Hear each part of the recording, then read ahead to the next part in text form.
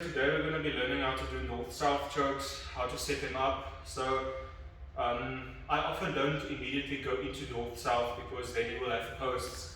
But if I start from side control, I can switch my arms around and I can start initiating it from there. So when I'm working over here, it's good, but I'm not going to choke him from here. So yes, I've got pressure and so on and so on and so on.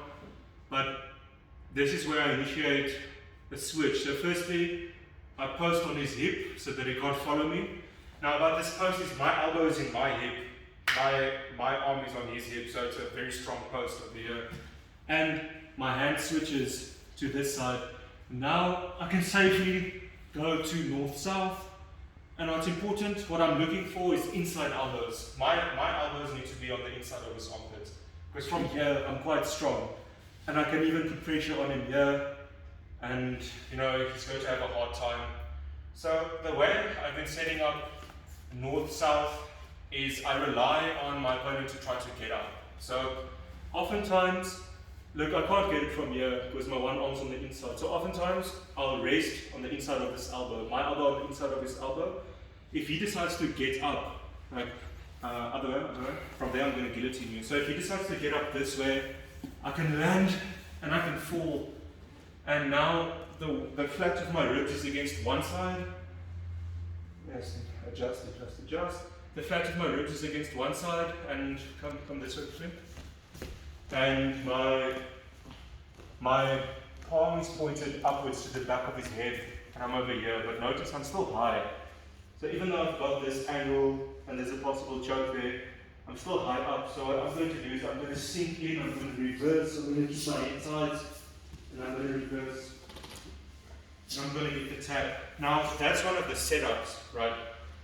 But let's say he's not moving. Now, this is where overhooks are important. So, now, I'm going to, so come this way. So now, this arm that I'm posting on here, I'm going to go underneath it, and I'm going to hook. You see how I'm hooking him just above his elbow? Because now I can move forward. See how his head is lifting up? This just means that I can grab him and I can sink back in to the same position. So, just to recap, the two setups are, one, I wait because I know he's probably going to try to escape. So, if you go, like, go the other way that you were originally, so turn towards your left. So if he turns into me, turn into me, belly button towards me. So if he turns into me, he jumps into a guillotine. If he turns away from me, he jumps into the north-south choke. Then secondly, if he's not moving and he's playing post and he's doing those things, I wrap around the elbow and I push him forward.